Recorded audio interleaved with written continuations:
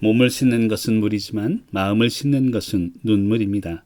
한 주간을 돌아보는 행복의 시간, 속초 장로교회 우종범 목사입니다. 얼마 전 신방을 하다 어느 성도님께서 이런 고백을 하셨습니다. 목사님, 제가 살아온 인생 말해 뭐합니까? 고통의 연속이었습니다. 살아간다는 것, 사실 고통의 연속입니다. 그러나 그 고통을 자세히 들여다보면 고통 하나하나에는 하나님께서 숨겨놓으신 의미 있는 행복이 숨어 있습니다. 고통과 고난은 다릅니다. 인간 스스로 만들어가는 것이 고통이라면 하나님께서 의도적으로 우리에게 허락하신 것은 고난입니다. 고통은 하나님의 뜻이 아니지만 고난은 하나님의 뜻 속에 포함되어 있는 것입니다. 물론 하나님께서는 고통도 고난도 선용하십니다. 우리 삶 속에 존재하는 모든 눈물을 헛되이 하지 않으신다는 의미입니다. 며칠 전 아내와 함께 온천에 다녀왔습니다. 피곤한 몸을 이끌고 온천에 몸을 담그고 나오면 온몸이 개운해지는 것을 느낍니다. 땀으로 범벅이 되었을 때는 더더욱 그렇습니다. 더러워진 몸은 물로 얼마든지 씻을 수 있습니다. 온천에서 몸을 씻고 나온 모습은 태초에 하나님께서 창조하신 인간 그대로의 모습이 아닐까 할 정도로 깨끗하게 느껴집니다. 그런 생각이 들었습니다. 물로 몸을 씻듯 내 마음도 쉽게 씻겨지면 좋을 텐데. 살아간다는 것, 고통과 고난의 연속이지만 삶에 있어 마주하는 고통과 고난은 일로 인해 오는 것보다는 마음으로 인해 오는 것들이 대부분입니다. 그럴 때마다 몸을 비누로 씻어내듯 마음도 씻어낼 수는 없을까라는 생각이 듭니다. 내 마음도 비누칠을 하고 찬물로 시원하게 씻어낼 수만 있다면 얼마나 좋을까라는 생각이 듭니다.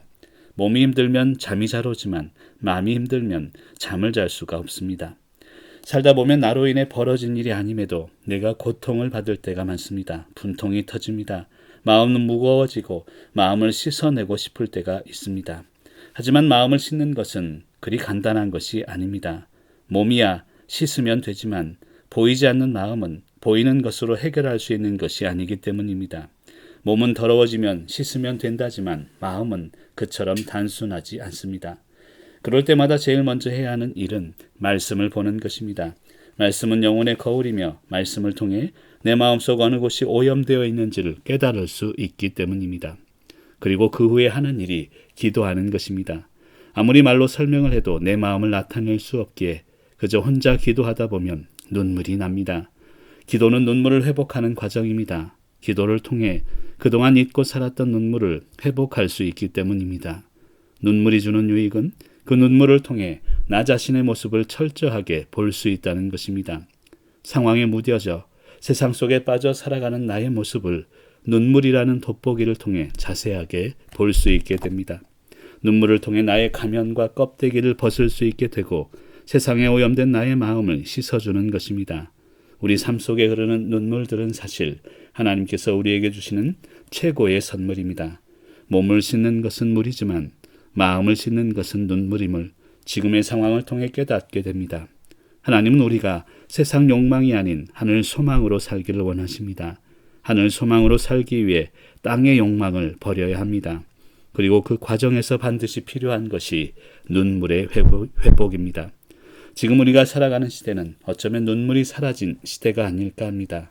사소한 일에도 비난하며 분통하며 흐르는 눈물이 아니라 자그마한 일에도 서로 아파하며 함께 흘리던 눈물, 하나님은 그 눈물을 회복하시길 원하십니다. 오늘도 우리에게 주어진 시간을 살아가며 시대의 눈물을 회복하시는 귀한 성도님들 되시기를 간절히 소망합니다.